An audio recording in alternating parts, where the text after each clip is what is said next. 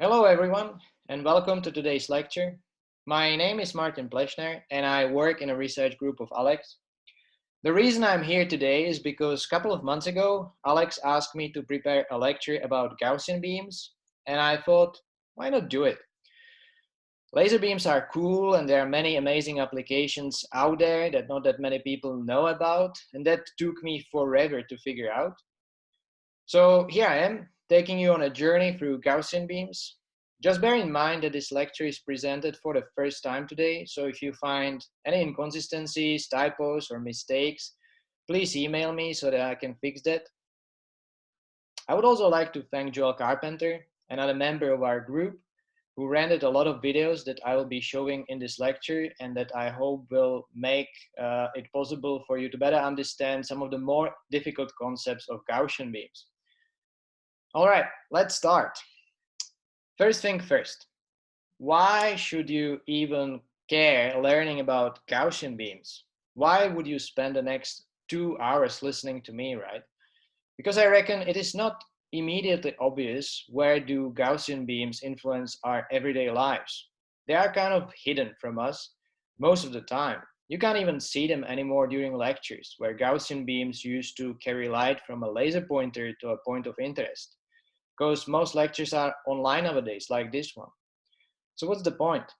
Well, you would be surprised, but Gaussian beams, which are at the heart of many laser beams, are virtually all around us. In fact, if you unlocked your phone with a Face ID today, your face has already been exposed to many Gaussian beams because iPhone X Face ID uses laser beams to scan the 3D topology of your face to open the phone in a secure way.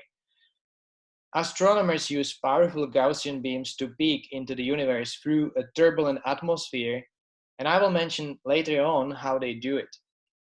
Laser beams are also making their way to our cars in the form of heads-up displays that project additional information about the road ahead directly to our eyes. No need to take the eyes off the road and check the speed on the dashboard or the directions on your phone. All the information that you need is displayed on your windshield. A few years back, this technology has been only installed on fighter jets to improve the reaction times of pilots and keep their eyes peeled to the environment around instead on the instruments of the plane. And now, look at it. It seems like it will be a standard equipment of many cars. Laser beams also revolutionize the medicine and can be used to fix many problems with the eyes through eye corrective surgery, but this is only one of the many applications in medicine. Lasers are being used for sensing, disease diagnostics, and many other corrective surgeries. Lasers are also used to trap and manipulate microscale and nanoscale objects with light tweezers. No need to touch the objects directly. Light will do just fine. And another car application is the use of lasers for scanning the 3D environment for other cars, objects, and pedestrians, using the LiDAR to feed the algorithms of autonomous vehicles. So yeah, laser beams are really all around us, in our phones, in our cars, when we go to the doctor and so on, which means there are a lot of products out there that use lasers, which means there is a lot of companies who need people that know how to control and manipulate those lasers. So this lecture might land you a job one day, maybe even at Apple. And even if it doesn't, it is good to know about something that influences our lives so profoundly. So I hoped I got you hooked. Um, anyway, this is the outline of the lecture, which also corresponds to how the uploaded lecture videos are divided. I will start with a derivation of the Gaussian beam equations. This part might be a bit mathematically heavy, but we have to go through it to fully appreciate some of the applications that I will mention later on. It's not too difficult. I think you will enjoy it. Then we will derive some of the equations of propagation of Gaussian beams in free space, and we will explore how they behave. We will also look afterwards what happens when we send the Gaussian beams through a lens. And then finally, we'll be ready to really appreciate all those amazing applications that I just mentioned on the slide beforehand. And then at the end, we will also look beyond the Gaussian beams. There are more exotic beams out there that are fancy and very useful as well. And I think it's worth if you know about it. So yeah, this is it from the introduction. I really hope you will enjoy it. I'll see you later.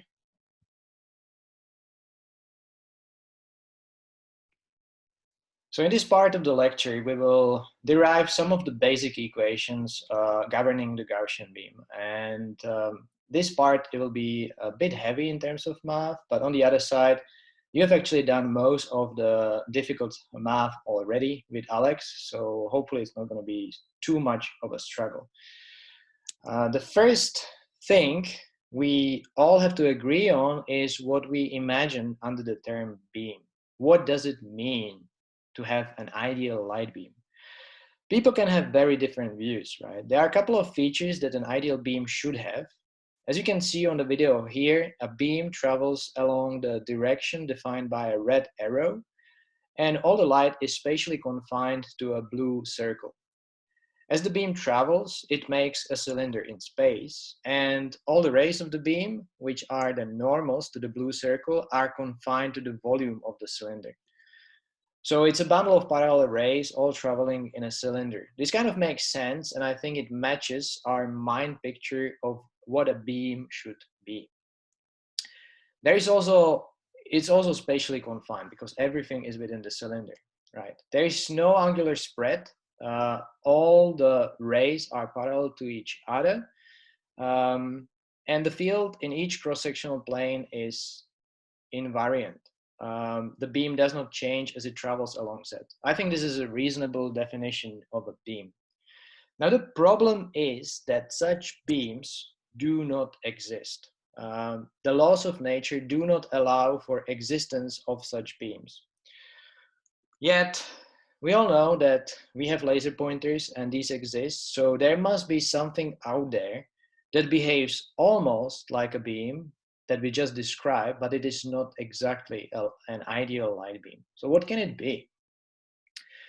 Okay, let's come back to the laws of nature. And when we say laws of nature and we deal with electromagnetism, what do you think those laws will be? Yeah, not surprisingly, it will be Maxwell's equations that you have all seen before, nothing new here. And to make our life a bit simple, we will assume that these beams will be propagating in space without charge densities and currents. That will make it much simpler, and we assume these material properties, so then we can cast the Maxwell's equations in the form for electric and magnetic fields like this. Nothing new here, you have all seen this before. Now, sometimes it is very useful to rewrite Maxwell's equations to a wave equation. Again, something you have done before on the lectures. It's very useful because it allows you to cast it in a form much more convenient for finding solutions that obey the laws of nature. You have done it before, but I think it doesn't hurt to remind ourselves how it's done. It is really simple. So all you have to do is to take the first Maxwell equation and take the curl of both sides. What you end up with is this here. Then you need to realize that you can take the curl inside the partial derivative over time, and you then use the second Maxwell equation to finally arrive to the double curl of the electric field E, and on the other side you have the second partial derivative with time. And then your permittivity and permeability is proportional to the speed of light in the medium, like this. And you also take advantage of the situation that you don't have any charge densities, so your divergence E is simply 0. So this double curl is then expressed by the Laplace operator acting on E. So finally, after doing all this, you arrive to the wave equation, which you have seen before, and this is the law that the light must obey, okay? So we are here. Now, in many situations, this wave equation can be cast into a simpler form by forgetting about the time. Simply, sometimes you want to get rid of time dependence. And that can easily be done if you assume that your beam is monochromatic, in which case electric field component is just a harmonic function of time, right? Uh, Also, in this case, the space and time can easily be separated, like you see over here in the blue box. Again, this is something you have done already in previous lectures, and I'm just reminding you here. The reason to get rid of time is because our eyes or detectors can't even capture these rapid changes in time. The angular frequency of light is very high, and our eyes and detectors like cameras only capture the time average signal anyway. And that's essentially what we get when we solve for the spatial component only of the electric field. So it's not only for mathematical convenience, but it's also for practical reasons that we do this. So if you use the separation of variables into space and time and use the equations below, you will get the time-independent wave equation, which is also called a Helmholtz equation. And we will try to find some interesting solution of this. All right, so we got all the way from Maxwell's equations through wave equation to the Helmholtz equation, which does not contain the time dependence anymore. This is the one we'll be solving. All right, let's have a look at some of the possible solutions of this. You know one already, and that is a plane wave. Here is a general equation for a plane wave, but let's make it more specific. Let's just make a plane wave that travels along the Z. So this is it. This is it. And let's try if it's a solution of the Helmholtz equation. So we have the Helmholtz equation here, and all we have to do is apply this Laplace operator to our Ex. The only affected part will be this exponent of minus jkz. So we will end up with minus jk times minus jk, which ultimately leads to minus k squared Ex. So that's the result of this Laplace operator here, and then we just add up the k squared Ex. So we end up with 0. So yes, the plane wave is a solution to a Helmholtz equation. Now let's have a look if this solution is any close to our ideal beam solution that we postulated on slides beforehand. There are some good news. As you can see on the video here, there is no angular spread. All the rays, all the normals of the blue area, the wavefront, also called the wavefront, are just traveling straight and are parallel to each other. And they point in the direction of propagation. The problem of this beam is that it is not spatially confined. As you know, the plane wave is infinite in x and y, and that's a problem because we wanted our beam to be spatially confined. But otherwise, it is a pretty good guess, right? It has many characteristics of the beam, it's just not spatially confined. So that we need to do something about this. All right, so we know that our solution of a plane wave, it's not that bad. So let's try something which is almost like a plane wave. And that something can be this. So you see the form of the plane wave, but this time I added this red term here, the psi, which is a function that depends on x, y, and z. And that's the distortion to our plane wave, all right?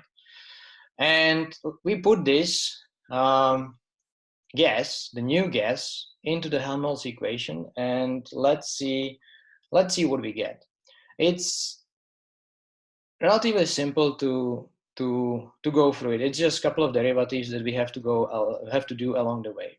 So we have again the Laplace operator acting on Ex, and it's quite good to divide this Laplace operator into the transverse component that I have here.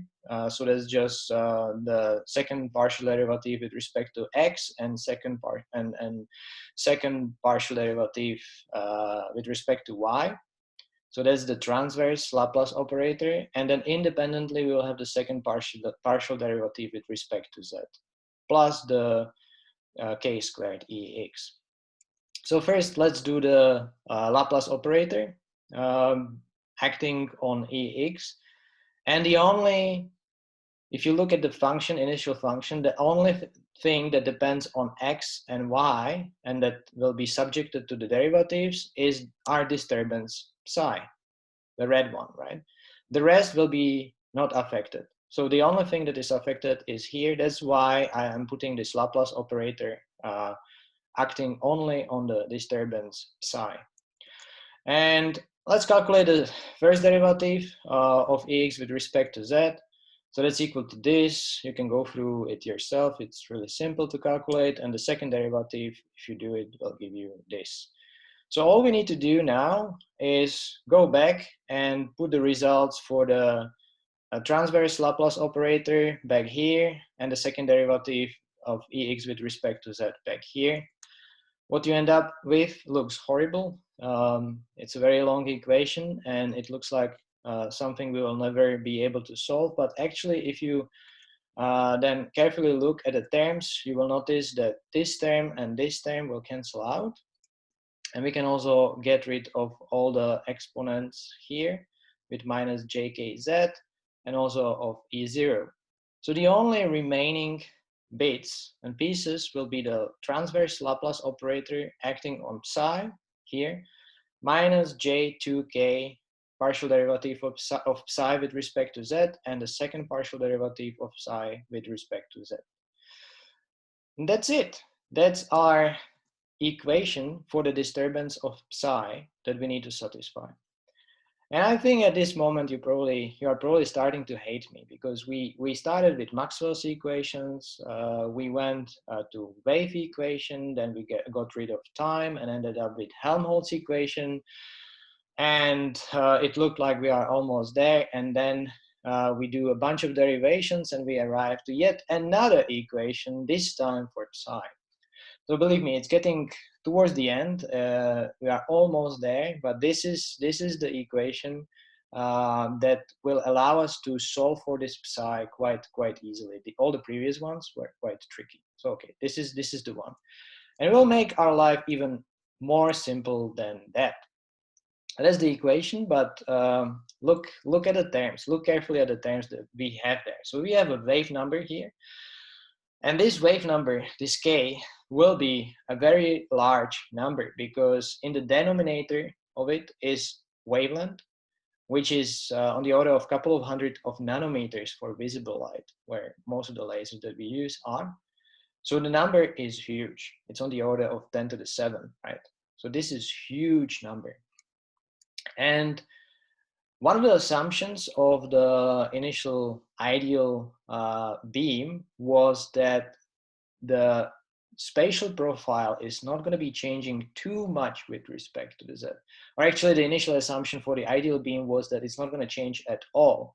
But let's relax this assumption just a little bit and say, okay, we can't have an ideal beam, but we want to have something close to it. So let's allow for a very slow change of the beam profile as it travels along the Z. And this change is captured by our disturbance, right? So basically what we're saying is we will allow this disturbance to change slightly along the Z, but not too much. We don't want to change it too much.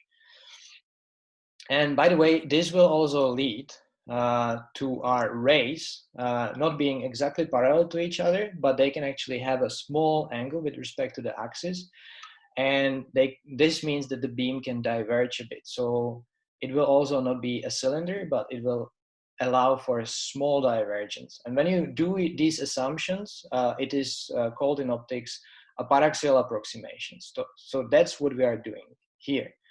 But anyway, let's look back at this equation. And what we have is, as I said, a function psi that does not change much with respect to Z. So this partial derivative will be a small number. And the same is true for the second partial derivative with respect to Z, right? If this is not changing much with Z, this will not change. This will not change much. But this term here is multiplied by this huge wave number k on the order of 10 to the 7. So this is small, but multiplied by huge. So we should keep this term, but relative to this term, this will be negligible. So we can just forget about it. Okay, that's it. So we simplified our situation a bit by removing the last term in this equation. Okay, and now we have this. This is the equation that we want to solve, and it's the final equation. I promise you we are not going any further. And this one is called the paraxial Helmholtz equation. So that's the assumption that our beam is not going to diverge too much or not change too much as it travels along the Z. All right. And our distortion for a plane wave must satisfy this equation. All right, so I'm just going to give you a solution to this. One of them is called a paraboidal wave. And it can be described by this expression here. You can see that when it starts, it's essentially a plane wave, and then as you propagate these rays, these normals to the wavefront can have a small angle with respect to the axis, but it's not really too big. So yes, this is a solution. It's still not a beam, but we'll get there very soon. Another solution of our paraxial Helmholtz equation is a shifted paraboidal wave. So all you have to do in this case is, instead of being centered at, let's say, Z equals 0, you just shift this origin somewhere else. And of course, doesn't matter, right? Because you're in free space. Doesn't matter if you choose your origin at 0 or 0 plus 5 or minus 5. It will always be a solution to your natural laws described by the Maxwell's equations. So yeah, that's quite a logical thing to do, to shift it, and of course it will still satisfy the Maxwell's equations. But then there is this very interesting situation when you don't do a real space shift, but you actually shift the initial paraboidal wave by a purely imaginary number. And if you do that, that will lead you to the solution called a Gaussian beam. To be honest, I was trying to find some intuitive way how to explain why the choice of purely imaginary shift gives you Gaussian beam. I couldn't find one. So it's just a trick that will quickly get us there and allow you to see how we get a Gaussian beam, but I don't know how to explain why this choice matters so much.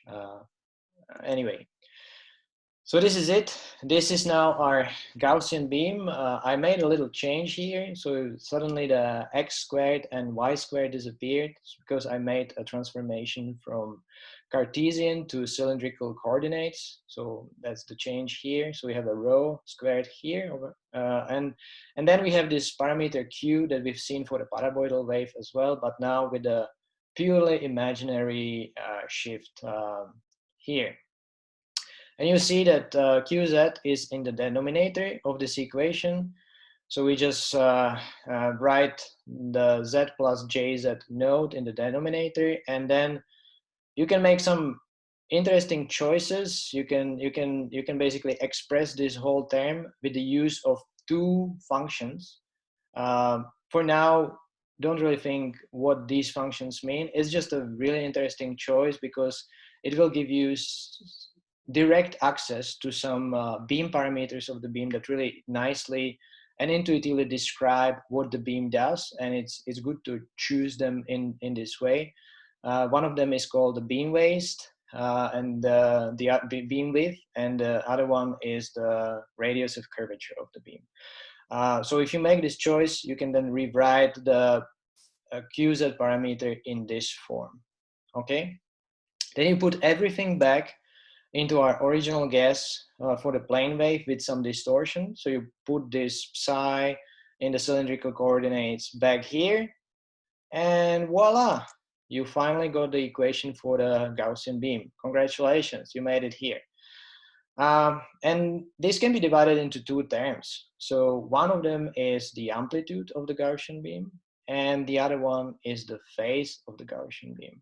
It's quite a lot of terms, and I think it's important to have a look what all of these terms mean for and how they influence the behavior of the Gaussian beam. So all these Gaussian beam parameters that you see above are described here. As I said before, this is the beam width, this is the radius of curvature of the wavefront, this is the beam waist, and the last thing is the GUI phase. And I will explain what these parameters mean in the next part of this lecture. For now, I'm just gonna leave it here. That's what we derived, that's what we have, and we will explain what all this means later on. All right, so in the previous part of the lecture, we have derived the equations for the Gaussian beam and a bunch of beam parameters that describe it. Let's now have a look what these parameters actually mean. For those of you who skipped the previous part of the lecture, these are the equations of the Gaussian beam that we have derived. And these are the equations that will allow you to solve pretty much anything Gaussian beam related during the tutorials. So mark my words, this slide will be quite handy to all of you. Now let's have a look what is the meaning of all these parameters, like the beam wave over here and the wavefront radius of curvature, beam waist width, and also the GUI phase. Please notice that all of these beam parameters contain in the W0 and the Z node. The equation for the beam waist contains both. Then we have the Z node here in the wavefront radius of curvature. Then again, the beam waist and the Z node are related. We have this, and the GUI phase also contains the Z node parameter. So somehow these two are are related. First of all, they are related, and they are also very important to understand what's going to happen with all these parameters of the beam. All right, to start with, let's simplify things a little bit because it is quite difficult to imagine what is going to happen with the Gaussian beam from the electric field equations itself, because you have the amplitude and phase, and that makes it hard to imagine. So let's first calculate the intensity profile of the beam from this electric field equation. And that's very simple to do. All you have to do basically is just find the complex conjugate of your electric field and multiply it with the electric field itself. And also don't forget to divide by 2 times the impedance of the space. And for free space, this impedance is 377 ohms. All right, so our I0 here is just equal to absolute value squared divided by 2 times the impedance. And notice that the phase, because of the conjugation that we have done here, disappeared. So the complexity of the phase is gone, and all we are left with is this intensity profile. And now I will show the video of how the beam behaves along the z-axis that will be displayed on the picture on the left. And then on the right, you will see the cross section in each z position. So that'll be over here. So as you go from the far field towards the focus or waist, your beam, as you can see here, is getting smaller and smaller and smaller. It is converging, but at some point it stops converging. Basically, at this position, it stops converging and it starts diverging again. And then slowly, the red line, which marks the beam width of the beam, makes its way towards this asymptotic blue line and basically matches it in the far field again.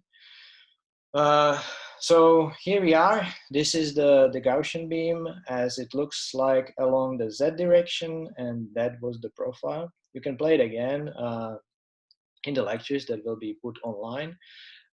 For now, this is it. So now let's have a look. What is the meaning of this of this narrowest region of the beam, right? We got there at some point. This is what is called the beam width. And I think it makes sense to call it a beam waist because it's the narrowest part of the beam.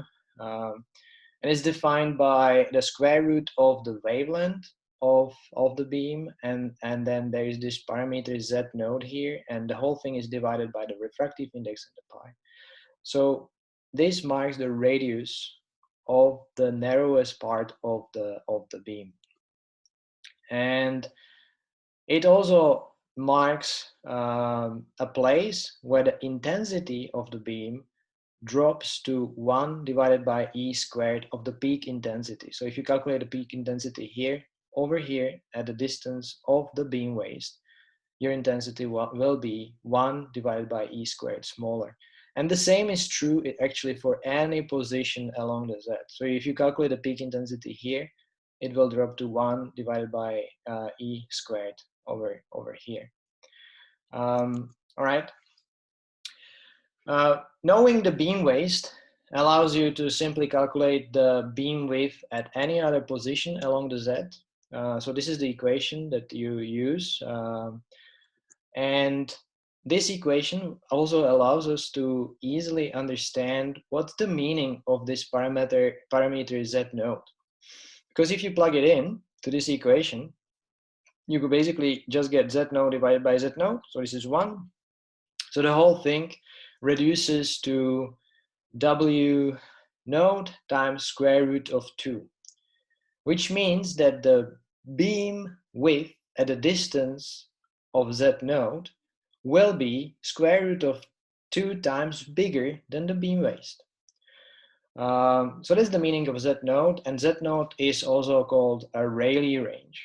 So as you can see, we already covered the most important parameters of the beam waist, W node, and the Z node, which is the Rayleigh range. And this will allow us to pretty much derive everything else about the beam. But wait a second, initially we wanted a beam, and this does not look like the beam we wanted at all, right? We wanted a bundle of parallel rays, all traveling in a cylinder, spatially confined, no angular spread, and this beam is diverging like crazy. You see some intensity just around waist, and that's it. Then it spreads. It's cheating, right? That's what you think at the moment. Well, not really. If you actually look again at the beam waist equation, and you express the Z node, the Rayleigh range, which marks the distance at which the beam waist gets square root of 2 times bigger, you will get this equation. And then if you plug in some reasonable numbers in here for the beam waist of, let's say, 5 millimeters, and the wavelength equal to visible light, so in this case 532 nanometers, you will get this Rayleigh range in the order of 150 meters. So not so bad. That's actually pretty much beam-like, right? What happens if you choose a smaller beam waist, just to get a feeling for what is going on? So if we choose a smaller beam waist of only 5 micrometers this time, this Rayleigh range, this distance at which the beam gets square root of 2 times bigger, reduces to only 147 micrometers. So the beam, when we confine it a lot in the beam waist, when we make it narrow, will diverge much faster, right? And vice versa. If we choose this beam waist on the order of 5 centimeters, well, look at this. You will get a Rayleigh range of almost 15 kilometers. So your beam along the Z will pretty much not change at all. It will be very difficult to observe even, right? Over 1 kilometer or so. So we really arrived to something which looks like pretty much like an ideal beam. In the practical scenario, if you want to have a perfect beam, then all you have to do is limit the spreading as much as possible, which practically means making the beam waist of your beam as large as possible, right? So another thing related to those parameters, W node and Z node, is the angular divergence. This is the divergence of the beam. And I already discussed this a bit before. But basically, again, if you start from this equation for the beam width and you plug in a number which is very much bigger than the Rayleigh range, then you can forget about the 1 here in the square root, and all you are left with is the square root of this term. And this reduces to basically W node divided by Z node times Z. And because we work with small angles, that was the assumption of the paraxial approximation, we can actually say that this is equal to the angle that this blue line, this asymptotic line, has with respect to the propagation axis. All right, so that angle is given by the beam waves divided by Rayleigh range. And if you then express the Rayleigh range using the equation with the beam waves, you will get this. And here it's obvious that if you make the beam waves small, then the angular divergence of the beam is going to increase, right? It just goes up. And this whole cone, this whole blue cone, is just equal to 2 times the angle. And that is the cone of light. So that's the angular divergence of the beam. But notice that it's not only the beam waist, the small beam waist, that makes the divergence small or big, right? So if you make the beam waist small, this goes big, and vice versa. If you make the beam waist big, the divergence is small, and we pretty much have the ideal beam. It's also the lambda, the wavelength of the light, that determines how much the light diverges. If you have a short wavelength, very high energetic photons, what happens is the divergence is again, if it's short, it becomes small. And that's related to the wave particle nature of light. What simply happens is if you have high energetic small wavelength photons, they will behave more like a particle, not really as a wave, and they will diffract less. So the reason we can't have this ideal beam was because we had to solve the wave equation, right? And waves diffract. But if you make the wavelength of the photons really short, they start to behave like a particle, and if you shoot a bullet and there is no gravity, it will just fly straight without any diffraction. So that's the reason why for short wavelengths the divergence is small. You can also change the divergence by playing with the refractive index of the medium in which the light propagates, but yeah, usually you don't have much choice there. Anyway, another interesting parameter of the Gaussian beam is the power it carries. So that's the power, and you can calculate it if you integrate the intensity over the whole surface of the beam. And the whole surface means going from 0 to infinity, because there's no end. The intensity never drops fully to 0. It goes very quickly to 0 because the intensity is like Gaussian distribution, but there's always a little bit of tail, and you need to account for all of this. So you need to really integrate from 0 to infinity, and if you do the integration, you will get this equation for the total power contained within the Gaussian beam, which is half of the peak intensity times the effective area of the beam, essentially. You can imagine this is the effective area of the beam. You can then easily calculate a fraction of the power contained within a circle of radius rho 0. So instead of going from 0 to infinity, you just go from 0 to rho node, and then you divide by p. And this gives you the fraction of the power contained within this circle.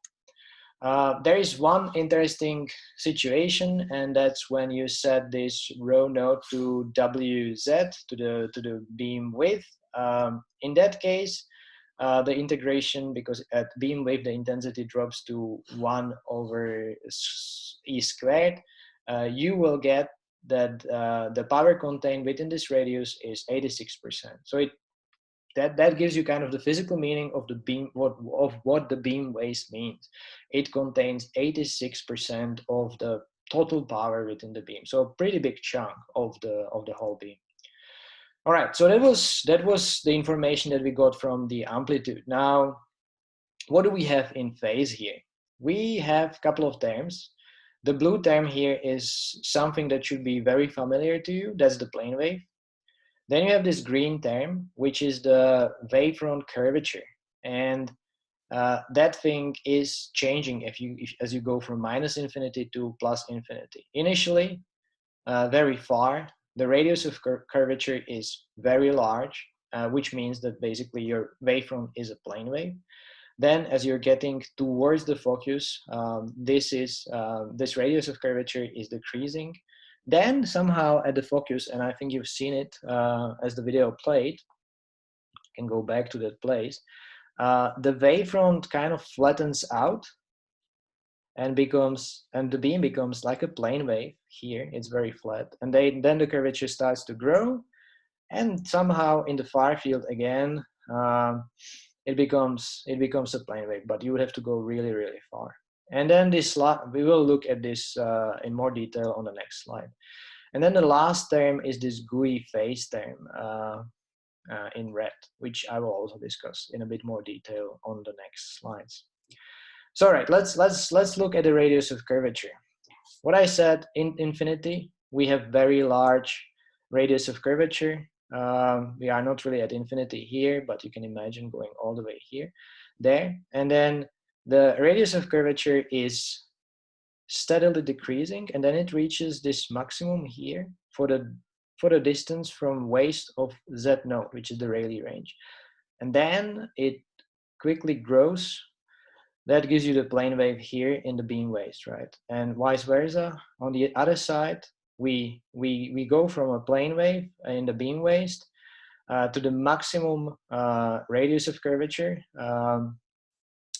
at a distance Z node, Rayleigh range from the beam waist. And then we again have the radius of curvature increasing to infinity to a plane wave. So it's a plane wave, some radius of curvature, maximum around the Rayleigh range, plane wave, maximum curvature around Rayleigh range, and then steadily going to plane wave again. That's how the phase is changing in the Gaussian beam. The last term is this GUI phase. And you don't have to really understand what this one is doing. I just mentioned it for completeness. To give you an intuitive idea what it means, it's essentially a phase difference that your beam picks up compared to a plane wave. If you forget about this, this would be the phase of the plane wave, but there is some additional term here that modifies the phase of the plane wave, right?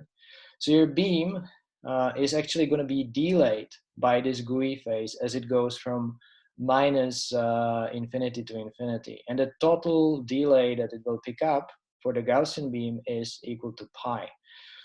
Now, why does this happen? It's not really that easy to see. The way I do see it is that the Gaussian beam can be actually constructed as a superposition of plane waves. And in the superposition, you have plane waves that are going straight, but also plane waves that are going at an angle. And when a plane wave has an angle with the direction of propagation, its phase is not changing as much as the phase of the plane wave traveling straight.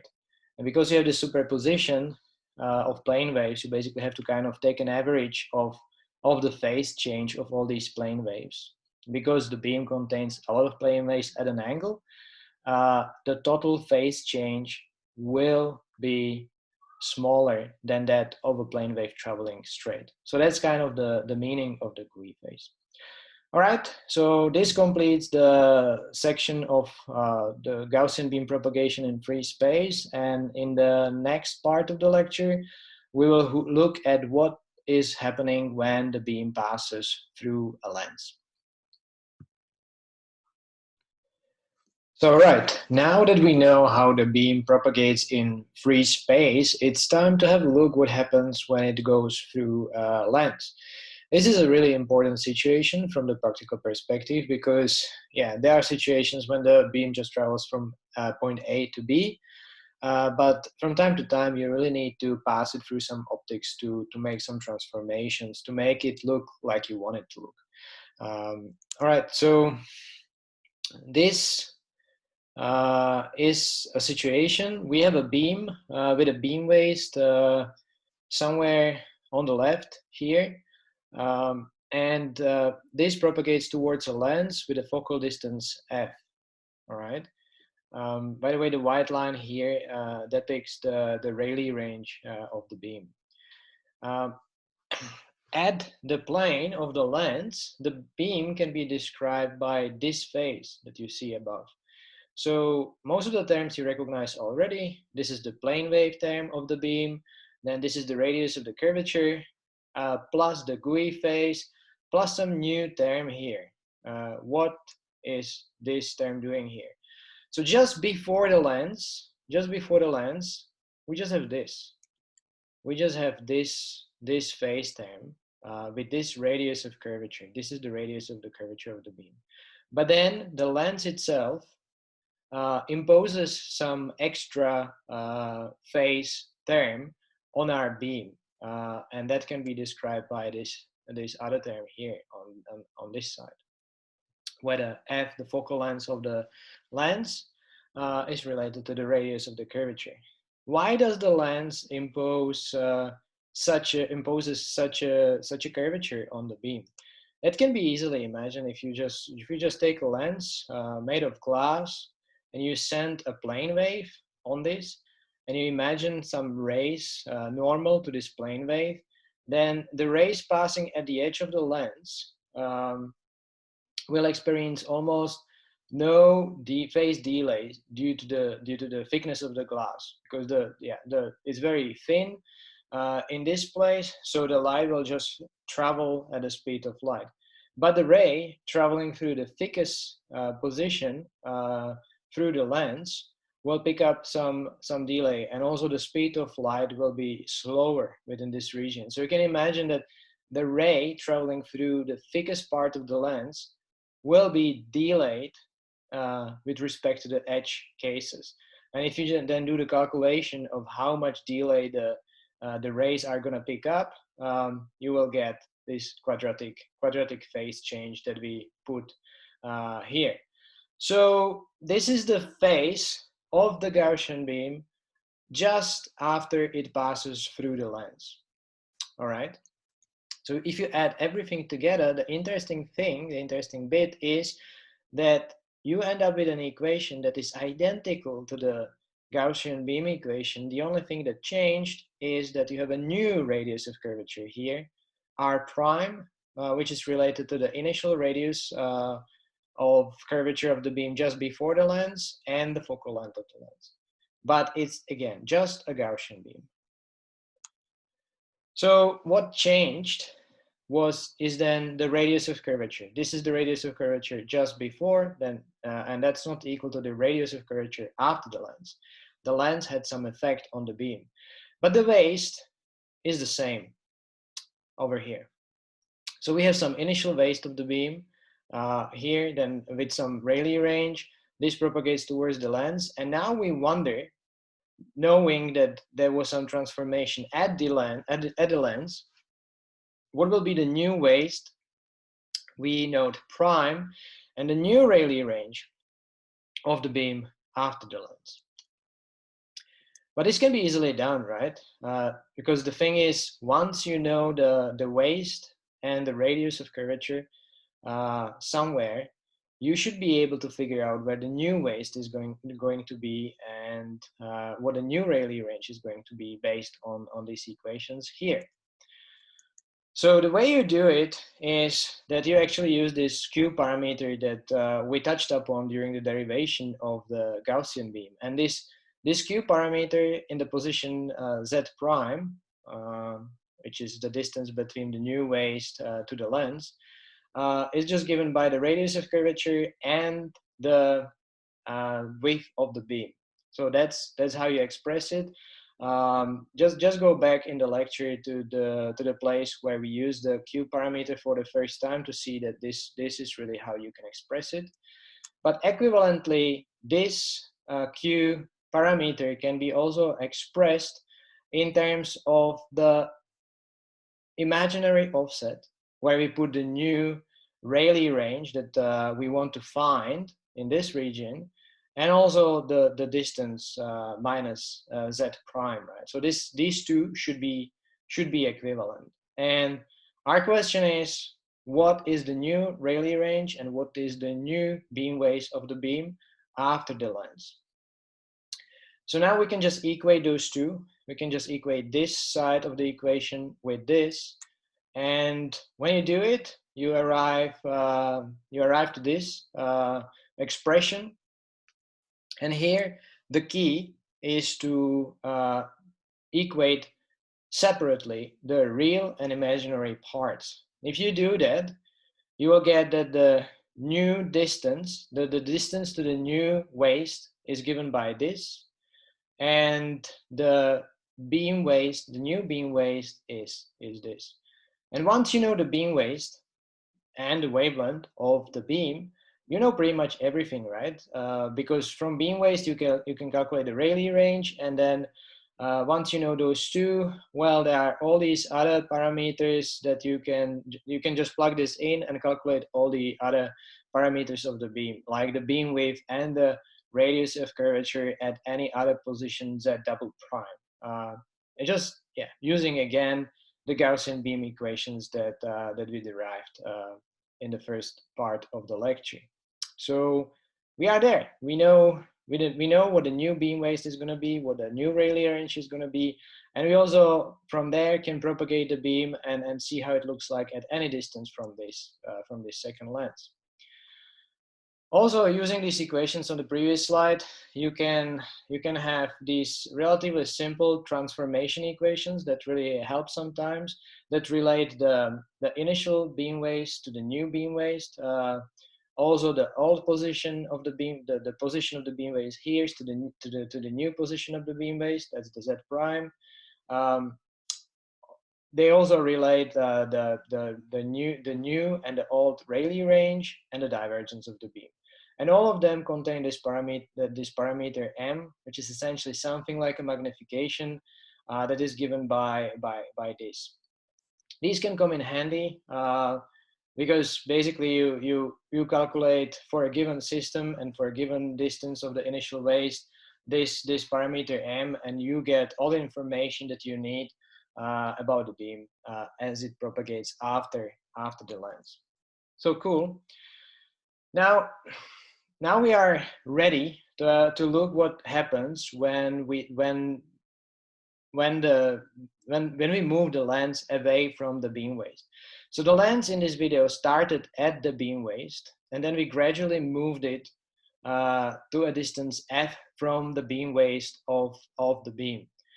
And on the graph here, you can see what happens with respect to the new Rayleigh range. You see that this was growing as we were moving the lens away from the beam waist until it reached a maximum for a distance f.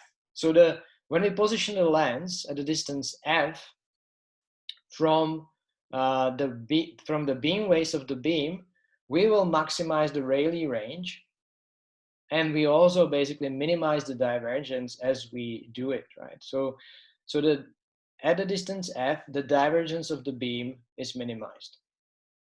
There's also this interesting point here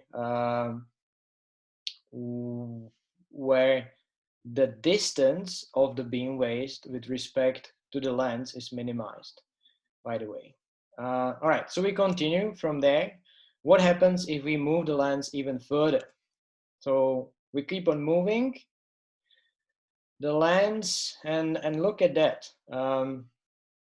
At a distance, there's this interesting point here, which is at a distance of f plus z node. So at a distance of the focal length of the lens plus the Rayleigh range.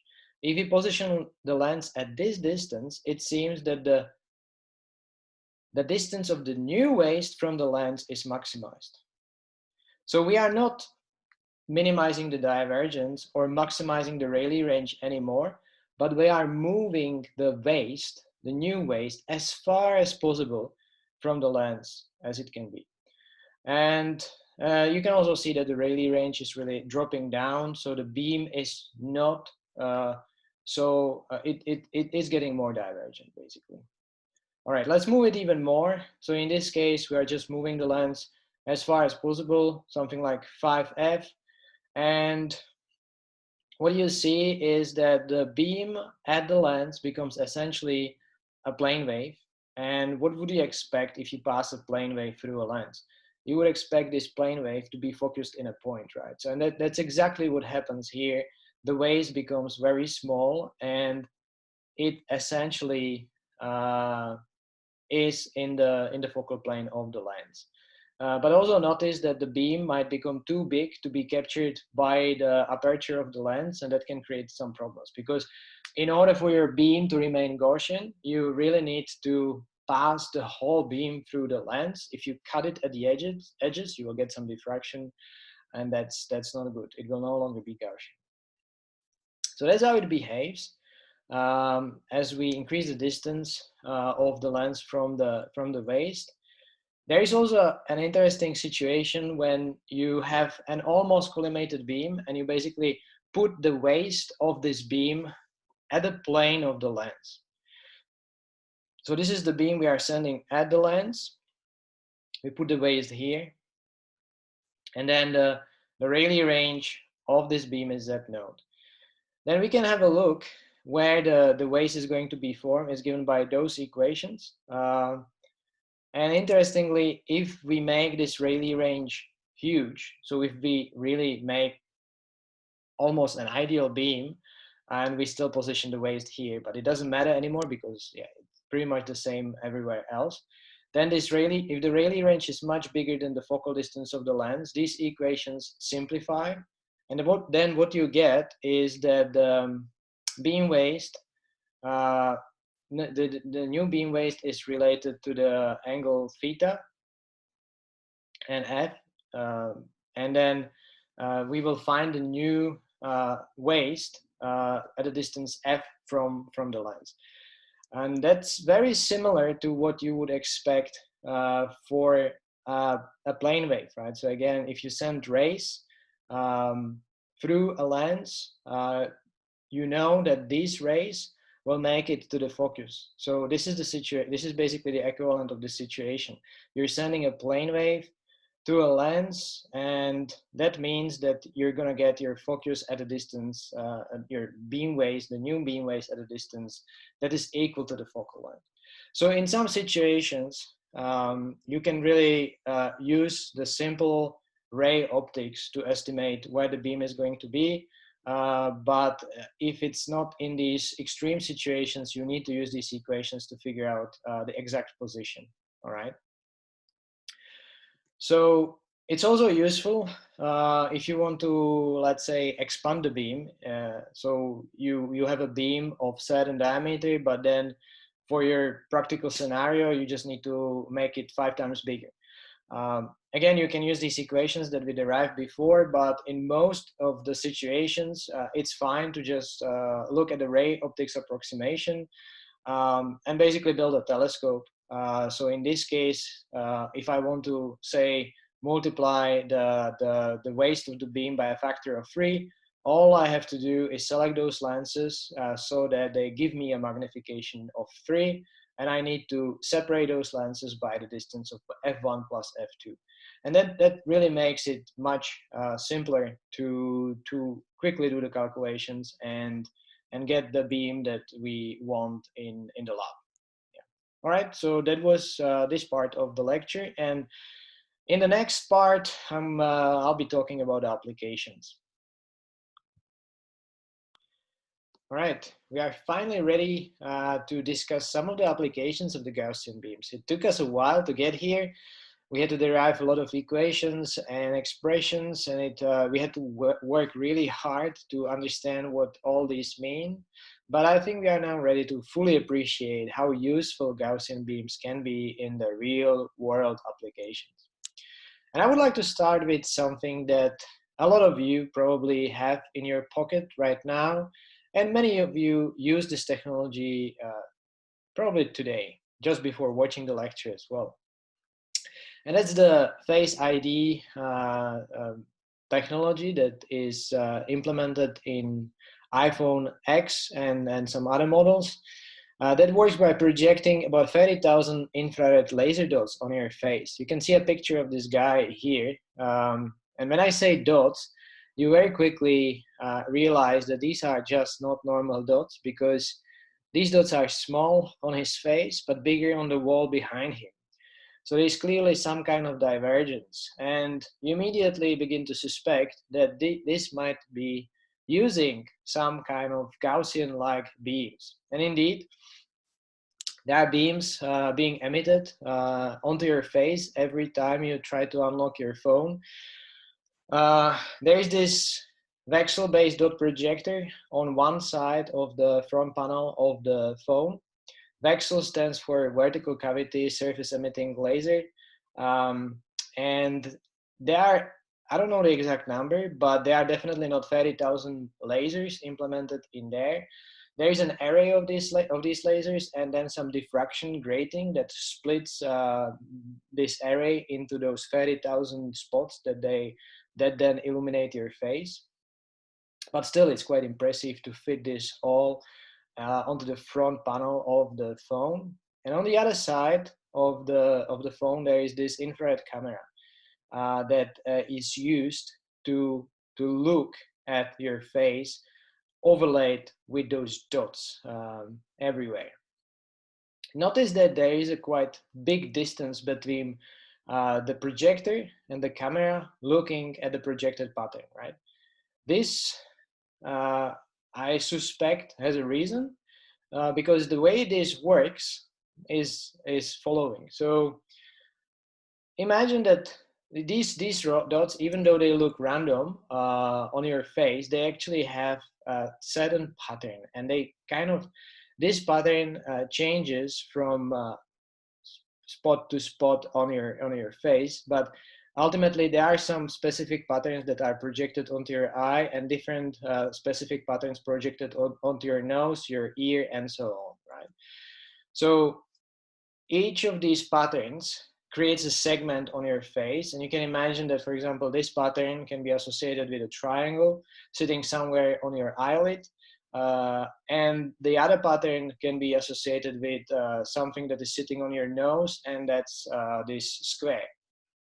And then look at this. If I have two objects, one far, one close, the far one being the triangle and the object closer being a square, and I'm moving a camera around, the object that is far is moving slower, relatively slow, compared to the object that is in front, right? This is called a parallax, and that's at the heart of this technology. So when your dot projector shines this array of dots on whatever part of your face, and the camera looks at it, it's possible to measure the angle between the dot projector IR camera and the pattern. And if the angle is large, it means that the object is quite close. You can correlate the parallax with the depth, right? That's what you do on this video over here. Close object, large parallax. Object that is far has a small parallax, right? So in this way, you can, if let's say this one is projected on your nose, then it's going to be quite close to your phone, and this pattern will be a bit further, let's say on your eye. It's easy to map the angles with the depth, and because the IR camera has all the information about your face plus the angle information and therefore the depth information, it can build the 3D topography of your face and then securely unlock the phone based on that information. So this is just the essence of how it works. Obviously, it's much more complicated. The algorithms around it are really insanely complicated, because you can imagine that some of these patterns can be blocked by parts of your face. Some of us have beards, glasses, and so on, and the algorithm has to work in all these situations. But at the heart of it is this projection and the parallax measurement. So that's how the Face ID works. Here I compare this with other technology that is making the way into the devices that we use on everyday basis. Here is a comparison between the iPhone X Face ID, lots of dots, tightly spaced. The latest iPad Pro is using a slightly different technology to determine the depth of the scene. You can see that the dots that are created are much more sparse. And the technology also works in a slightly different, well, in very different way, actually. Uh, because it doesn't measure the parallax, but there is one voxel that is driven to emit nanosecond pulses, and then there is a diffraction grating that splits this voxel into many spots that illuminate the scene. The light propagates, and then it gets reflected back into the detector, which is a single photon avalanche diode. And what is being measured is the time of flight of the light. So the objects that are close will show very short time of flight because it doesn't take too long for the light to bounce off them. For the objects that are far away, this time of flight will be longer. And then you can again directly relate the time of flight with the depth, and you can build a 3D image of the scene around you. iPad Pro has this feature not to unlock your face, but it has this feature for the mixed reality and augmented reality applications. Also, you can do some measurements of the distances and so on using this technology. And the augmented reality and the mixed reality is really booming at the moment. Apple is not the only company that is working on this technology. You can see from the patent application filed not relatively recently that Microsoft is also doing a lot of work with this technology. I think this patent application is related to the parallax measurements because you can see the random patterns here. So if you're interested, please have a look.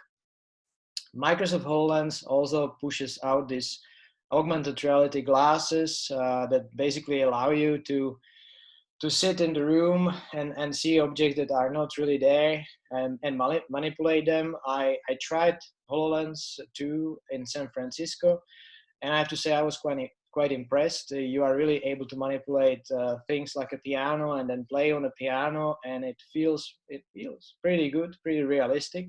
Magic Leap is another company that also works in this space, both with the main aim to eventually provide engineers with tools that to be able to, let's say, see an engine that they have to fix, but at the same time display additional information about the engine and the parts that are possibly broken and so on. So it will give us additional information on top of what we see, and we can quickly iterate and fix problem around us. It can also be used by designers to basically quickly put something together and see how it's going to look like. At least that's the selling point that these companies make with this technology. So you can see that the Gaussian beams or Gaussian-like beams can really make a big difference in this market, right? LiDAR is also widely used in autonomous car industry. Again, the same principle, you illuminate a scene with beams, you measure the time of flight, so you reflect, you bounce these beams from objects around you, and you reconstruct the 3D information about your environment. The problem with this is that there is other cars that are emitting those beams as well. And I guess for this reason, Tesla, the leading manufacturer in this space, is not using LiDAR at the moment, and it actually has no plans to have LiDAR on their cars at the moment. And their argument is that we humans are pretty good drivers. We make mistakes, but we are pretty good drivers, and we don't have any lasers in our eyes. So they don't use LiDARs at the moment. Instead, they have cameras, radars, and other sensors that together construct the 3D scene of the environment around the car, but at the moment no LiDAR. But I suspect that one day they will add it on top of their cars as well. It's just very useful to have some backup data feeding your algorithms, because you can never be certain if what you've seen was just an artifact or a real thing. So it's always good to compare the data from some pseudo camera algorithm plus the direct LiDAR measurement. They have some advantages and disadvantages, both of these technologies. When put together, they become stronger. So I would say eventually, it's my bet anyway, eventually LiDAR will make it to Tesla cars as well. All right, more applications. This time, what you see here is a hologram generated in space. And it's on top of that, it's a hologram that you can touch. It's a hologram with haptic feedback. The way it's created is using a Gaussian beam that is focused very tightly in some space, and this beam is then moved around very rapidly. The intensity in the focus is high enough to ionize the air there. So in the focal region, the intensity is so high, you really ionize the air, and then you scan the beam around and generate these patterns. So this technology, I don't really know how useful it is at the moment, but for sure it's getting us somewhere close to this dream of projecting some videos right in front of us and being able to actually interact with these objects. So we're not far from there. All right, another one, optical tweezers. This one actually received a Nobel Prize recently in 2018. So it's fresh out of the box. Let me just walk you through the basic principles of optical tweezers. It's relatively simple. What you see here at the top is the profile of the Gaussian beam, with the color here marking how intense the beam is.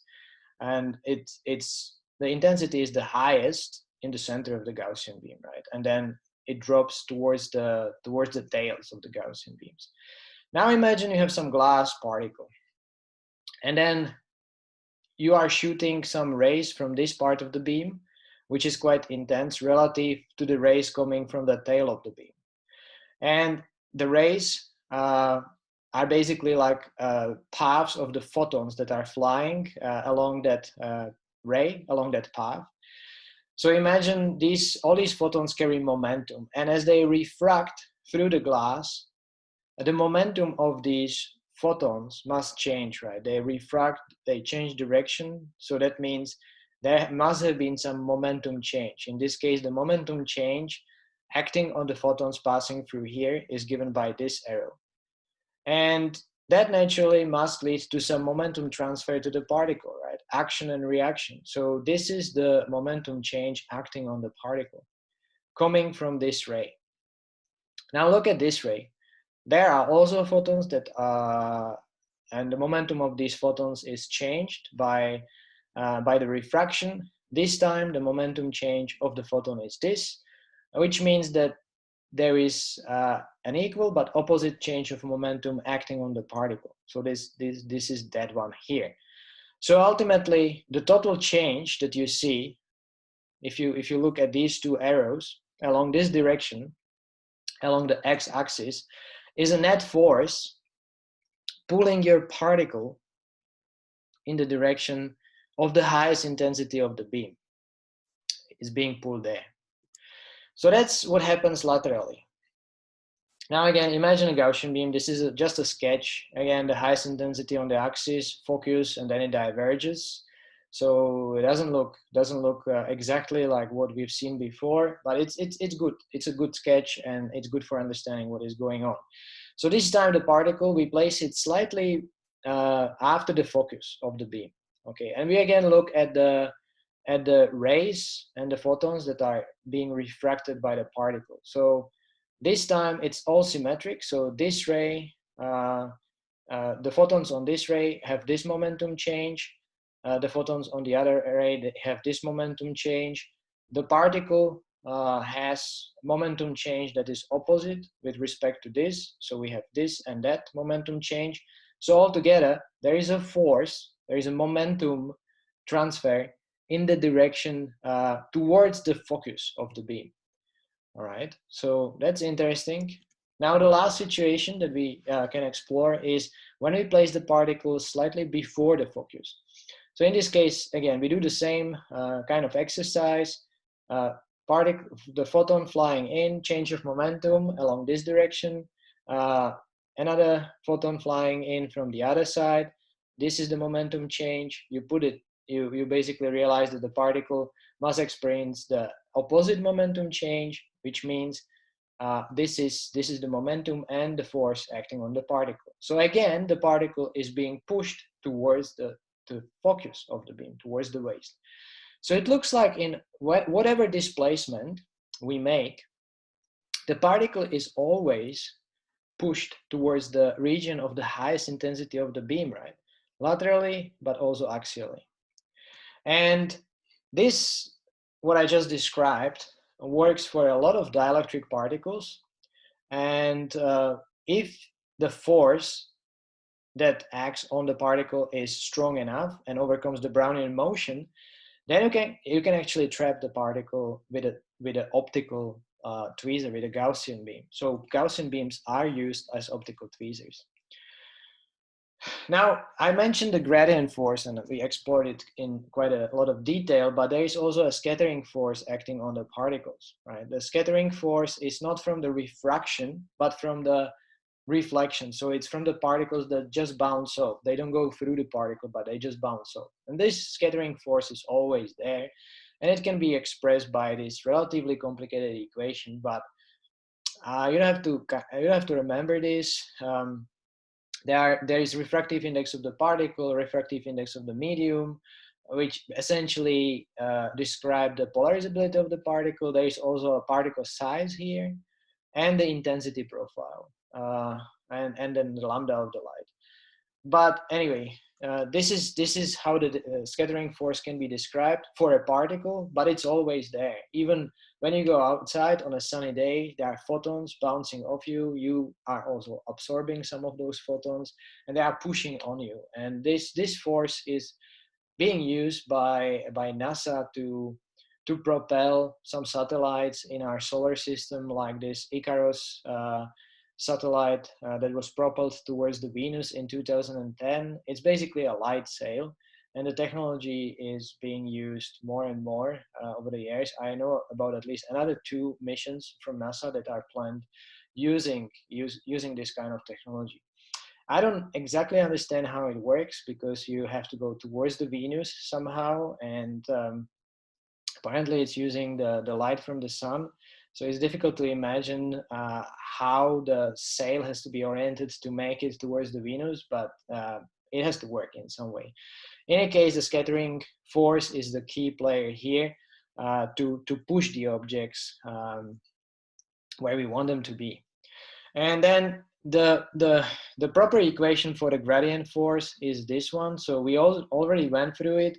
But essentially, in essence, again, you can find that the gradient force acts in the direction of the gradient of the intensity. So remember, our particle was always pushed towards the focus, because that was the direction of the gradient of the intensity, right? It always points towards the most intense region of the Gaussian beam. So that was why the gradient force was pushing the particle there. And now look at this. This is quite interesting. The scattering force that is kind of always pushing the particle in one direction is proportional to the radius of the particle to the power of 6, whereas the gradient force scales only to the power of 3, which means that for big objects, the scattering force dominates, right? But the smaller and smaller you make the objects, then it's clear that the gradient force will be the dominant force between the two. And that means that the gradient force will have a better chance of overcoming both the Brownian motion and also the scattering force that is actually trying to push the particle out of the trap. So it's much easier to trap small particles, and that's also what we see in applications nowadays. You can only trap realistically particles that are micrometer scale and then smaller. This is the video that shows how this trapping works. There are multiple Gaussian beams, focused Gaussian beams. In each focus of the Gaussian beam, there is one particle that sits there, and all these beams can be controlled independently in position. So you trap these particles, and then you move these beams around using spatial light modulators. We don't have the time to explore in detail how this works, but you can imagine that you're just independently steering beams around with a couple of beams, with a couple of mirrors that you have in the lab. And this is quite cool. So in this case, they are trapping particles and just manipulating them, but you can also do the same with cells because these are essentially spheres. They are made of water, but they have other stuff in them. So their refractive index is slightly higher, which means that you can really overcome the scattering force and the Brownian motion, and also some motion related to the cell membrane.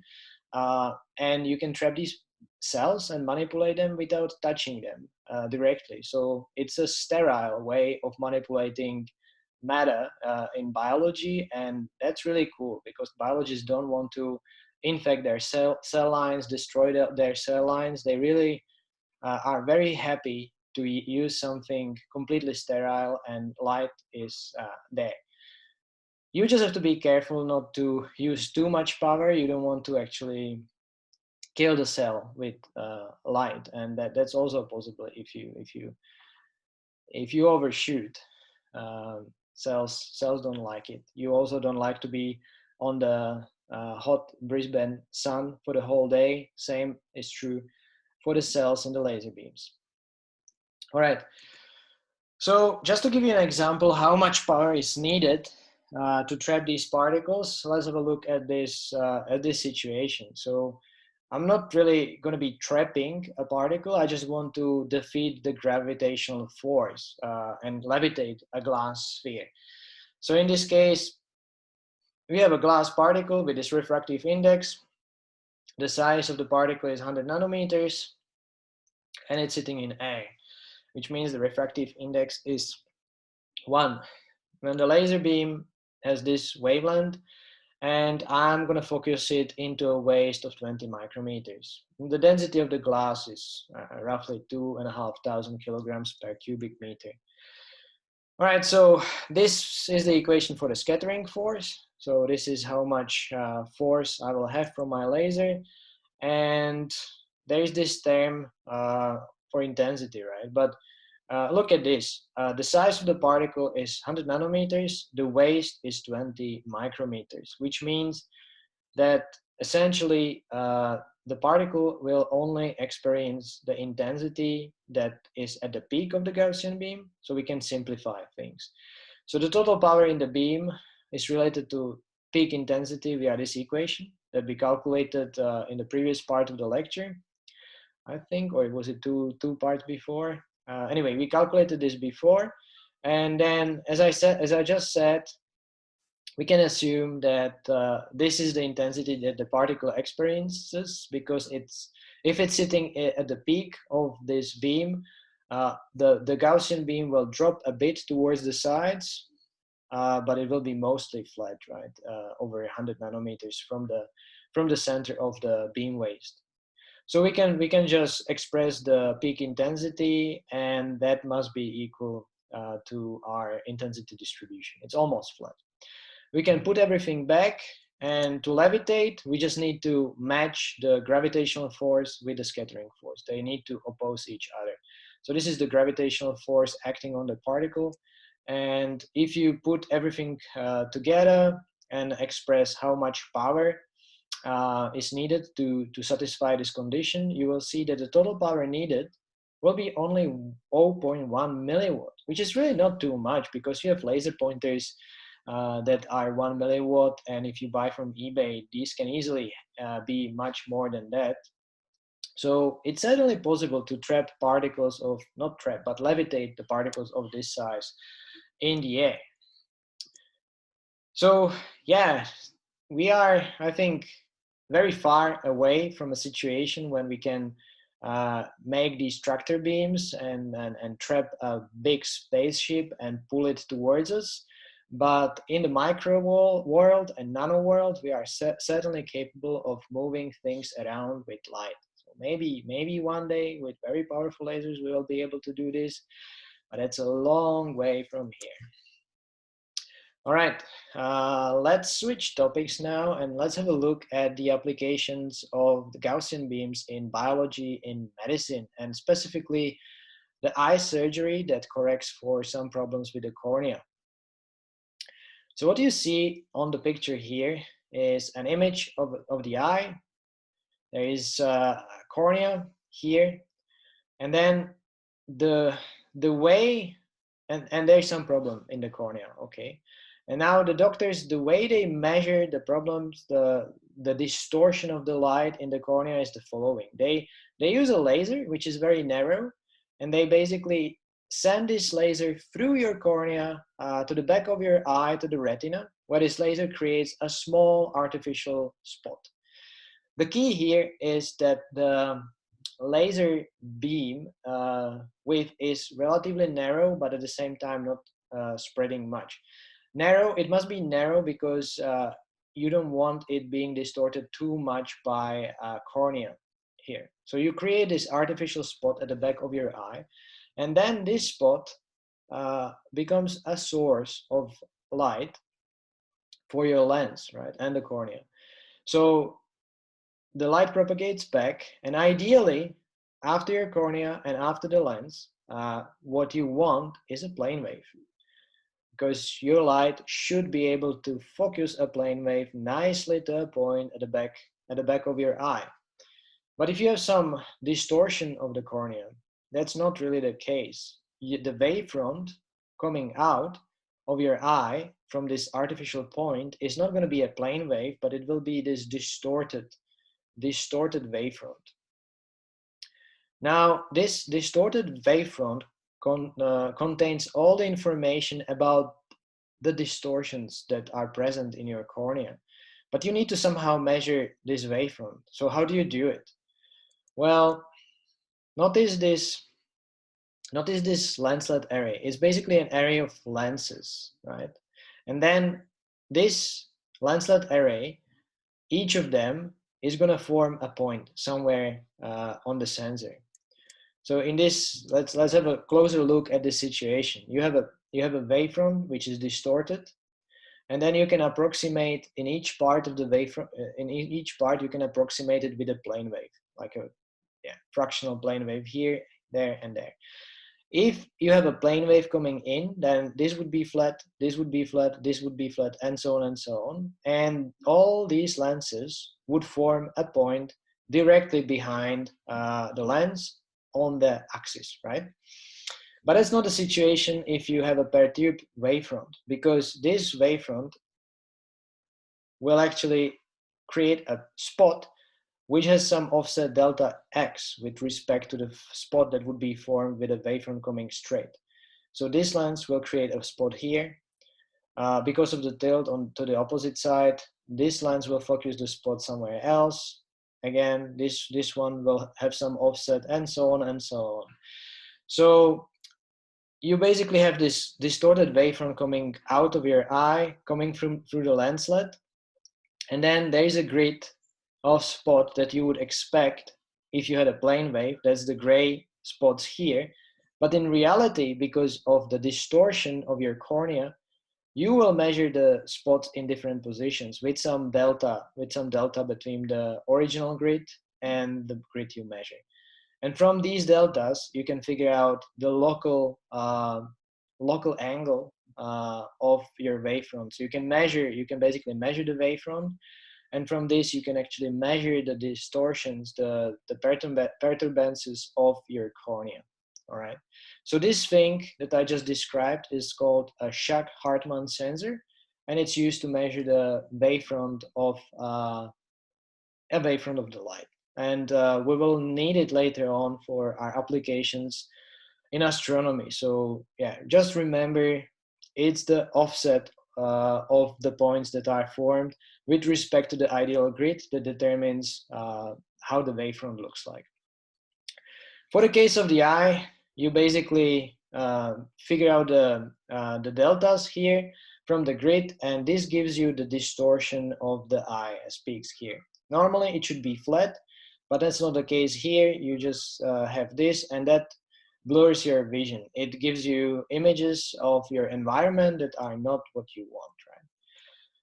So then you go to the operation, and you can fix this. And the doctors are getting pretty good at that. They first apply some droplets to make your eye ready for the operation. Then they align your head and the eye, so for the laser. And then they use femtosecond laser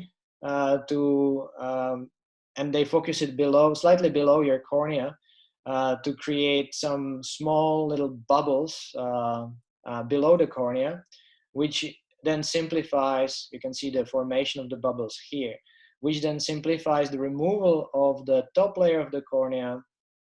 So they will just peel it off because there are bubbles in between. So you peel it off, and then you access the portion of the cornea that has aberrations.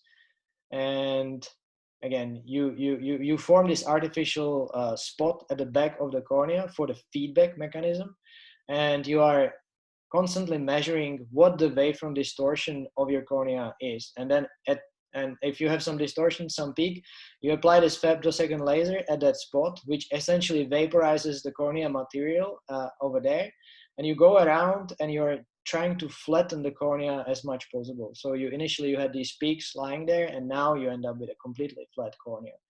Once everything is done, you put the outer layer of the cornea back on, and you leave it to heal. And if everything went fine, the patient should be able to see much better within a couple of days. All right, so I just mentioned that this Schack-Hartmann sensor is also used in astronomy.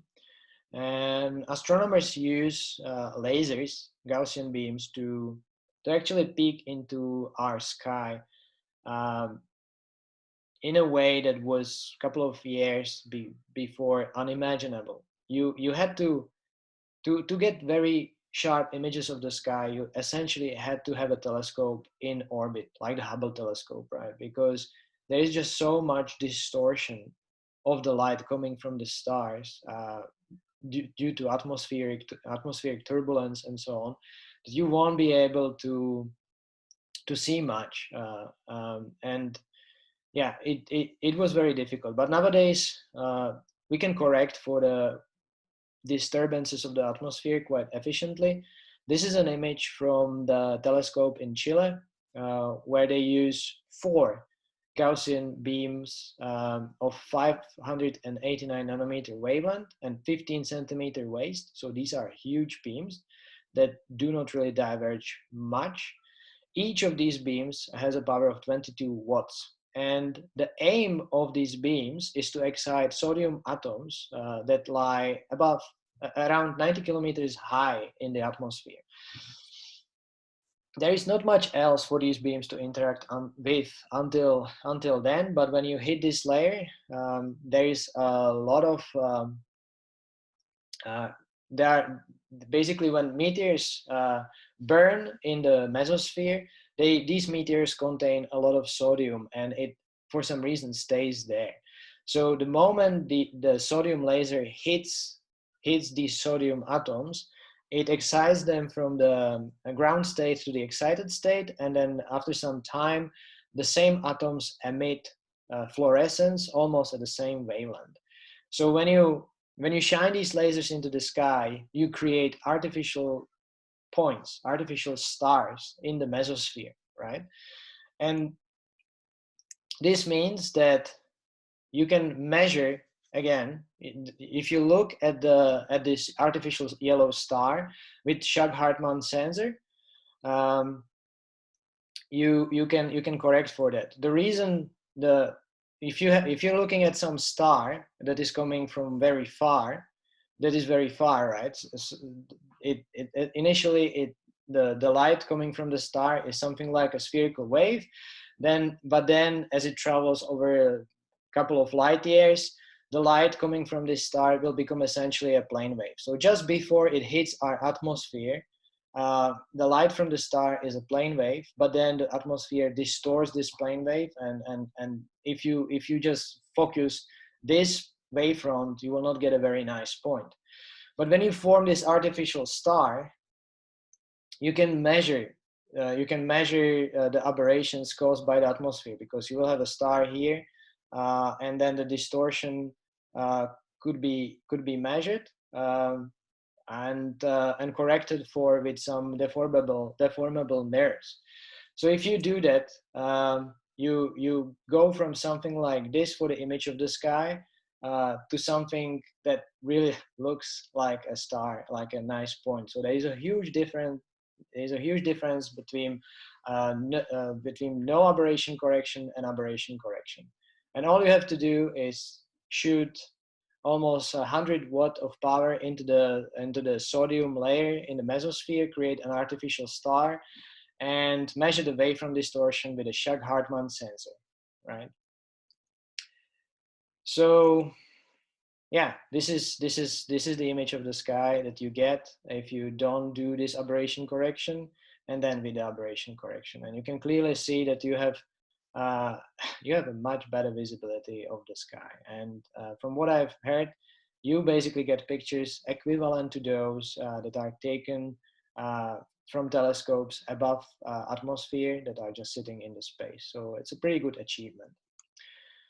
All right, going back to biology, this, what you see on the picture here, is an image of HeLa cells. And as you can see, or more accurately not see, there is not much contrast. Everything is kind of gray, and imagine you're a biologist trying to figure out how this HeLa cell works. Well, good luck. It's not going to be easy because it's blurry, no contrast. Yeah, not much data you can extract from this. And on the right here, this is what you can get nowadays if you use Gaussian beams to excite fluorophores or fluorescent proteins that are marking certain regions within the HeLa cell. So you can see this huge difference between in contrast, and also you can see that you can specifically target these proteins to certain structures of the cell. So in blue, there is a fluorescent protein targeting the cell nucleus.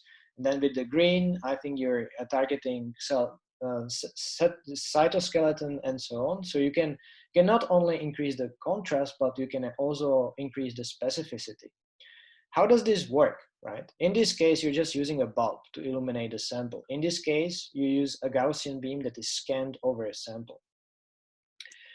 Anyway, just to give you an idea, to be able to see all these features in the cell, you really need to specifically mark them. And not only features, but you also sometimes need to specifically target your fluorescent proteins to certain molecules that you want to watch as they travel within the cells. So you need to have an ability to basically encode those fluorophores into different colors, because otherwise, if you have blue and another blue moving next to each other, you can't really differentiate the two molecules, right? Fortunately, we can now make really a wide variety of fluorescent proteins that can also be encoded in time, not just in color. And these serve as beacons from the cell, and they can give us a very high accuracy of location of all these molecules and features in the cell. So it's pretty cool. This image that you see here is, I think, created from from fluorescent proteins in a petri dish. And I quite like it because it really shows the scale of colors that we can generate with these fluorescent proteins. So, all right, how does it work? So you have your microscope objective, your really good lens, in a simplified set in a simplified way. You have a beam that is initially almost collimated, and then you focus it by using this objective. And in your focus, you're gonna have your cell with some fluorescent particles in it. And as you scan this fluorescent particle through the cell, it will emit fluorescence. So the beam excites the fluorophore from the ground to excited state, and then over time it gives you fluorescence. It gives you light of slightly different color. That's how the fluorescent protein works. Okay, when you focus your Gaussian beam, this is going to be roughly the minimum size that you can achieve. It's roughly given by the lambda half, where lambda is the excitation wavelength. So this is the minimum spot you can achieve with a Gaussian beam. You can't go below that. And now, as you scan, in each point, the emitted intensity from the fluorophore will be proportional to the excitation. So at the detector, you will, by raster scanning this in 2D, you will create your image of the source, which will be also blurred, and the size of this will be roughly equal to the lambda half. So what I'm trying to say here is that if you have two particles that are quite far from each other, you can resolve them. But the moment they get too close to each other, like they do here in this video, you will start to be in trouble. You will suddenly, they will suddenly merge, and you will not be able to resolve them anymore if they start to be close enough. And that distance where you lose the ability to resolve them is called the Fugger maximum, and that's related to the beam waste using this equation. So that's the distance at which the two particles just merge into one, and that's also called the diffraction limit. And that leads me to another Nobel Prize that was awarded a couple of years back, and that Nobel Prize was awarded for our ability to break through this diffraction limit. So you have a Gaussian beam here, and then you have a fluorophore that basically you put in an on state by shining a laser beam on it. So you shine your laser beam, it goes from the ground to excited state, and then it emits some fluorescence, right? If you have just this beam alone, you would get this diffraction limit. But then Gaussian beam is not the only beam we have. There are more Gaussian beams, and in the last part of this lecture, I will explore these other beams as well. For now, I'm just going to tell you that there is a beam that has a hole in the middle. It's called a donut beam. And imagine you can design a fluorophore that you can switch off with this beam of slightly different wavelength and with this different profile, right? And then you combine these two beams on top of each other, all right? Then you can see that the off beam dominates in the region around the hole, whereas the on beam dominates inside the hole. So as you scan the particle through this, what is going to happen? Well, if you're in these outer rings, your fluorescent protein is going to be switched off, and it will not emit any light. It will only emit the light when it's in the region dominated by the on laser. And that means that the image of your protein on the detector is going to be squeezed. So you started from the diffraction limit like this, but with the help of this off beam, you were able to squeeze the image of your particle at the detector to something much, much smaller. And this is what you get when you make it in practice. Spoiler alert, this is from my recent work that I've done. And you can see a really huge difference between the diffraction limited situation and something where you apply a combination of these two beams. The resolution improves by easily a factor 4, 5, even 20, depending on the power you use for the off beam. So it's pretty cool. So that's called a stimulated emission depletion. And it's called also, it's in the bigger family of so-called super resolution techniques that are able to break through the diffraction limit. And this is useful for biologists already.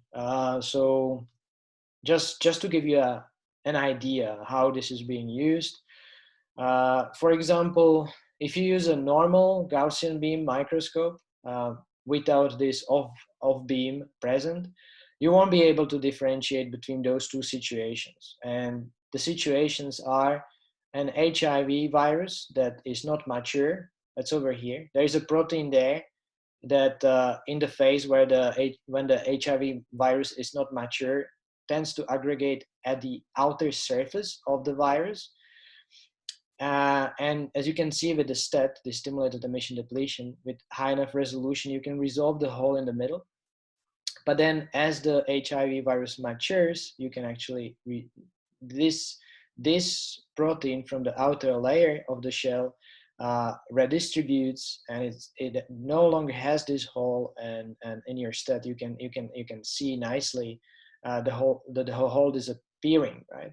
You won't be able to see this in a normal Gaussian beam microscope because this will be a big blur and this will be a big blur. Your resolution is simply not going to be enough.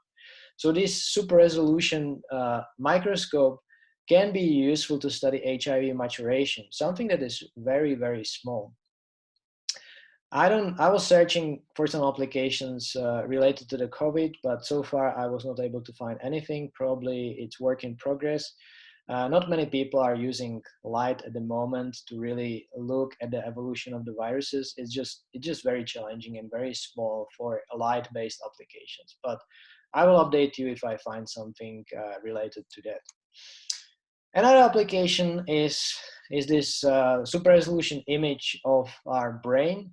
So in 2017, it was found that the axons and the dendrites, which are those protrusions in our neurons, have some kind of periodic structures in there. So the axons, first of all, the axon has this periodic structure, and then the dendrites predominantly are made of a different protein than the rest of the structure. And no one really knows why this is the case at the moment, but nevertheless, super resolution was the first microscope ever to be able to see this. And the moment you see that it exists, you can start asking some questions like, why is it there? What is it? What is the purpose? What is it doing? And so on. And it's pretty cool to study these things because ultimately this is related to, these dendrites are related to the memory formation. So it can be useful further down the line for treating some diseases and so on.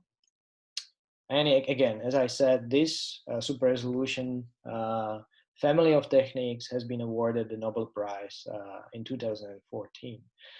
Not for the Gaussian beam part, but mainly for the chemistry of designing the fluorescent proteins. But the beam shaping certainly allowed to do these all really amazing experiments. So another Nobel Prize for Gaussian beams, I would say. All right, so that's it from the application point of view, and we are now finally getting to the last part of the lecture, which is going beyond the Gaussian beams. All right, so let's turn our attention now to some of the more exotic beams that do exist out there and that are solutions to the paraxial Helmholtz equation. The first family of exotic beams that I want to mention are the Laguerre-Gaussian beams. This is the equation that describes them, and you can immediately see some similarities with the Gaussian beam equation. There are many familiar terms in both amplitude and phase, plus some new terms that we have not seen before. There is this extra term in amplitude that influences the radial and axial beam profile. But otherwise, the amplitude is very similar to that of the Gaussian beam. You have this term here, that exponential decay that we've seen before. If you look in the phase term of the beam, you still have the plane wave term, the radius of curvature, and you have GUI phase, but this time the GUI phase depends on some indices L and M. So it's scaled by the indices here, but it's still present. Plus, we have this extra helical phase term that makes the Laguerre Gaussian beams really interesting from the practical point of view, as I will explain in the next few slides. The amplitude term here is dominated by the generalized Laguerre polynomials, this L with indices L and M. So that's the main modification compared to the purely Gaussian beams. And importantly, if you select those L and M indices equal to 0, what you get is just a Gaussian beam as we know it, right? So this is nice. So what this means is that you essentially have this Gaussian beam envelope always present there. And on top of that, and basically this envelope is modulating the Laguerre polynomials. So altogether, that's the reason why it's called Laguerre Gaussian beam, because there are features from the Laguerre polynomials that are modulating the beam, and then this envelope on top of that. All right. Now, what is the meaning of these L and M indices? Let's start with the simple case of L equals 0, M equals 0, which is our very familiar Gaussian beam, and then let's ramp up the L from 0 to 1. And what happens is that suddenly there is this hole appearing in the middle, and the intensity of the beam gets pushed towards this ring around it. And as you increase the L number more, this ring, the radius of this ring is increasing. So this is the donut beam that I mentioned in the microscopy application in the previous part of the lecture. Right? It's just in the family of Laguerre Gaussian beams. So this L number also quantifies how much angular momentum the beam carries. And you can imagine sort of a similarity with an ice skater that is rotating around its axis. If the ice skater has the hands relatively close to the body, then the angular momentum of the ice skater is going to be relatively small, can be described with angular momentum L1. And then as the ice skater puts the hands further away from the body, in this case we are putting the intensity of the light further away from the body, the angular momentum will increase. So that's the similarity with the mechanical object, sort of. The meaning of the M index is essentially a number of rings that we observe in the intensity pattern of the beam. So you see one ring, two rings here, three, and so on and so on. So that's the meaning of the M. And these are all the intensity profile that you can generate. In principle, you can have infinite number of these Laguerre Gaussian beams. Depends only on the size of the optics and the precision of the optics in the lab. All right. As we go further, we should look in a bit more detail what this L number actually means in terms of the wavefront of the beam. So on the video over here on the left, you can see that as the beam propagates, it has this helical wavefront. That's because it carries angular momentum. So it's like a corkscrew. In terms of the intensity profile along the z-axis, the beam is still converging, then it has a waist, and then it's diverging as a Gaussian beam would do. That's because there is still this Gaussian envelope on top of that. And the face, let me just turn this back, and the face has this corkscrew behavior. Please notice that if on the axis, right in the middle of the beam, the face is not defined. You can see that there are all these colors coming to the center, and at the very center, it's impossible to define the color. It's impossible to define the face. And that's called the singularity of the beam. And whenever you have singularity in phase, the intensity has to be 0 in that spot. So that's the reason the intensity pattern has this dark spot in the middle. And as we have seen, this is very useful for imaging at high resolution, because we can then switch off our fluorescent proteins around the center and still get the emission from the center and increase the resolution in that way. This angular momentum is also very useful to transfer of this to the real object. So we have discussed already in the trapping applications that you can trap objects with light. But if your beam has angular momentum and it can interact with some trapped particle, it can transfer this angular momentum to the particle itself. So imagine you trap it and then you shine a beam on the particle and it starts rotating. If you do it in vacuum and you have enough power and enough angular momentum, you can actually start to spin this particle at a very fast rate. So this is a picture of my colleagues from University of St. Andrews when I was doing a PhD there. And they look very happy because they just appeared in the Guinness Book of World Records for the fastest spinning object, spinning a particle at 600 million RPMs, which is crazy. They are not the record holders anymore. The current record is much higher at 300 billion RPM. It's crazy numbers. And you might ask, well, why do we even need to spin object at that speed, apart from getting to the Guinness Book of World Records, right? But the thing is, there are still some theories in physics that need experimental verification. One of them is the so-called quantum friction, which is a predicted phenomenon that hasn't been fully proved yet. And it's a very, very weak effect. In order to be able to see this friction, you really need to spin your objects very fast and only at those very crazy rotation speeds, you can then observe possibly some drag, some friction due to this effect. So all these crazy rotation speeds might be useful for basic research, and maybe they will find some other application further down the line. All right, so that was Laguerre Gaussian beams. Another beam that I would like to mention is a Bessel beam. This one is actually a solution not to the paraxial Helmholtz equation, but it's a solution to the full exact Helmholtz equation. We did drop the second derivative of this disturbance with respect to Z at some point.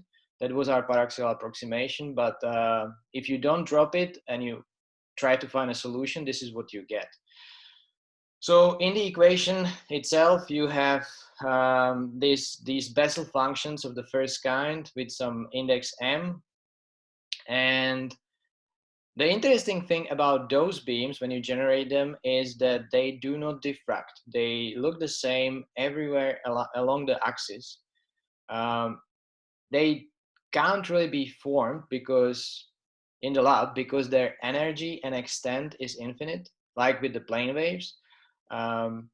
We can generate pseudo Bessel beams and so on, but that are close to them, but the ideal Bessel beams that really do not diffract at all do not exist. But yes, in a limited space, it's possible to generate them. The way you do it is that you have a plane wave coming onto an optical element called beam axicon, which is essentially a cone made of glass. And what happens as the plane wave propagates through this glass is that it gets deflected in this region downwards and in the bottom region upwards. And then you have some interference on the axis. If you had an infinite plane wave and an infinitely large axicon, this interference of plane waves would happen everywhere after the axicon, and you would get the Bessel beam everywhere. But again, you would need infinite energy to create this non-diffracting beam. The really cool thing about these Bessel beams is that if you put an object on the optical axis, then this object is gonna partially block the plane waves that are interfering there. So let's say your beam is will be forming in this region before the object, but then it will be blocked. And immediately after the block, you will have no interference, but then these plane waves will start to interfere again in the larger distance. And the effect of this is that the beam can sort of self-heal. You basically destroy it by putting the object in place, but it will again form at a larger distance from the hexagon. All right, so this is again how the beam looks like for different M indices. You can see the intensity profiles and also the phase profiles of the beam. And it's pretty cool. This is the self-healing property in action. So what you see here initially is the Bessel beam. Then we put the beam block in place, and immediately after the object that is blocking the beam, there is no Bessel anymore. But then as we go further and further on the axis of propagation, we will see this beam reappearing and forming again. So that's the self-healing property of the beam, which can be useful in some applications. And it's all very close. It's very close to this Terminator movie. In the end, pretty cool stuff. All right, with this, I would like to finish this lecture, and I think that's it for me today. I hope you enjoyed the journey exploring the beams that satisfy the laws of nature, and I hope you can now appreciate a bit more the importance of Maxwell's equations. Today we just explored a couple of interesting solutions that behave like a beam, and believe me, this constitutes just a tiny fraction of countless other phenomena that are allowed by this set of laws. And as you have seen today, some of these solutions are not trivial and intuitive at all, but once we know they exist, we can then make them in the lab and push them to applications around us to make life easier, more interesting, and varied. If not for those equations, I would not be able to talk to you today online. There would be no phones, no internet, no screens, right? So take a moment and appreciate how powerful this set of 4 simple lines can be. All right, that's it for me today. Bye.